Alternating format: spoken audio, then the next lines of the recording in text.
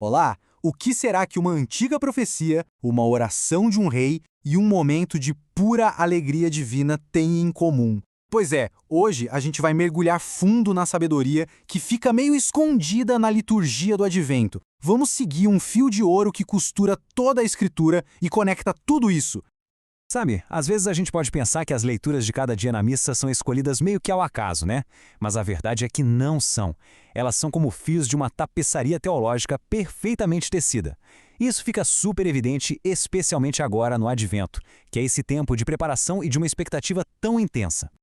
Então, é exatamente esse o mistério que a gente vai desvendar. Vamos juntos seguir esse fio dourado através das Escrituras para descobrir como a promessa, a oração e o cumprimento se encaixam de um jeito que talvez a gente nunca tenha parado para pensar. E nossa jornada começa, claro, como a profecia. A gente começa então na primeira leitura, com o profeta Isaías. É aqui, séculos e séculos antes de Cristo, que uma das sementes de esperança mais poderosas de toda a Bíblia é plantada, a promessa do rebento. Pensa só na imagem que Isaías usa, é muito poderosa. Ele fala de um rebento que brota do tronco de Jessé, que era o pai do rei Davi. Naquele contexto histórico, a linhagem real parecia morta, um tronco cortado, sem vida. Mas, teologicamente, isso já revela para a gente a origem humilde do Messias. A salvação não viria do poder, da glória visível, mas de um comecinho pequeno, quase que imperceptível. Tá, mas o que define esse Messias? Isaías deixa claro, não é poder terreno, mas poder espiritual. Ele lista os 7 dons do Espírito Santo. E aqui está o ponto crucial, a grande diferença. O Espírito não visita o Messias, como fez contra os profetas. Não. O Espírito repousa sobre ele, em plenitude absoluta. Ele é um ungido, o Cristo, tão cheio do Espírito que vai poder derramá-lo sobre toda a humanidade. E qual é o resultado dessa plenitude toda do Espírito? Um reinado completamente diferente de tudo que já se viu. Um reinado que não julga pelas aparências, mas que faz justiça com equidade para os oprimidos. Essa unção é tão poderosa que ela restaura a própria harmonia da criação, o Shalom original, que é simbolizado por aquela imagem linda da paz entre o lobo e o cordeiro.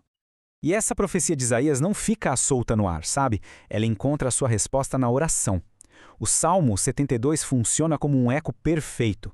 Ele era originalmente um salmo para a coroação de um rei terreno, mas a igreja, com os olhos da fé, o relê como uma descrição perfeita do rei Messias que foi prometido. E aqui o foco fica ainda mais nítido. O salmo descreve o Messias como o grande campeão dos Anawim. Essa palavra em hebraico significa os pobres do Senhor, os humildes, os oprimidos. A legitimidade do reinado dele não vem da força militar, de exércitos, vem da sua defesa radical dos mais vulneráveis. A sua verdadeira força é a justiça. Então, a gente chega ao Evangelho de Lucas. E é aqui que a promessa e a oração finalmente se encontram, se cumprem. A gente vê a profecia de Isaías se tornando realidade bem na nossa frente. Mas, como Deus costuma fazer, né? O cumprimento vem com uma reviravolta, uma surpresa sobre o que realmente significa ser sábio.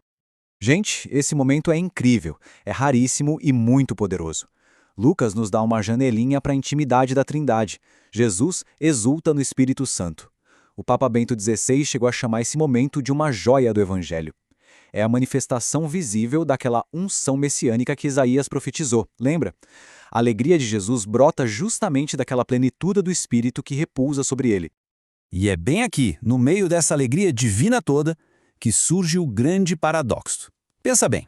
Se Jesus, o Messias, tem o espírito de sabedoria em plenitude, por que ele agradece ao Pai por esconder essas verdades dos sábios? Essa pergunta nos leva para o coração do mistério de hoje. Vamos então tentar desvendar essa aparente contradição. Por que o Messias, que é a própria sabedoria, a esconderia justo dos sábios e entendidos? A resposta para isso muda completamente nosso jeito de entender o que é conhecimento.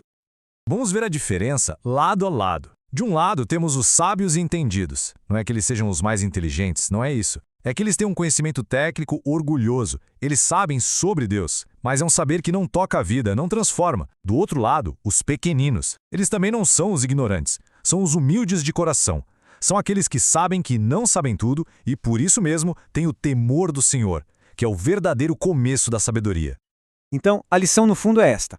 A sabedoria de Deus não é algo que a gente conquista com o nosso intelecto, com nossa força. É um dom que a gente recebe com o coração aberto, Os pequeninos não são os que não sabem nada, mas são aqueles que, por reconhecerem o próprio limite, a própria insuficiência, se abrem para receber a verdade que vem do alto. Certo. Mas o que tudo isso significa para a nossa vida aqui e agora, neste advento? A resposta é um convite para uma conversão não só do coração, mas também da nossa mentalidade, do nosso jeito de pensar. O advento é o tempo perfeito para a gente se exercitar em se tornar pequenino. E como se faz isso? Primeiro, buscar a sabedoria não na arrogância intelectual, mas na humildade da oração. Segundo, buscar a justiça do reino, ou seja, alinhar nosso coração com o de Cristo, que defende os pobres. E terceiro, que talvez seja o mais difícil, abandonar a nossa autossuficiência e abraçar uma total dependência em Deus, como uma criança. E por que esse caminho de se fazer pequeno é tão central, tão importante? Porque ele espelha o caminho do próprio Deus. Na encarnação, naquilo que os teólogos chamam de kenose, o Deus infinito se esvaziou de si, se fez pequeno por nós. Ele se tornou um bebê numa manjedoura. A lição do advento é muito clara. Só nos tornando pequenos é que a gente consegue se aproximar do mistério de Belém e encontrar a sabedoria que veio ao nosso encontro.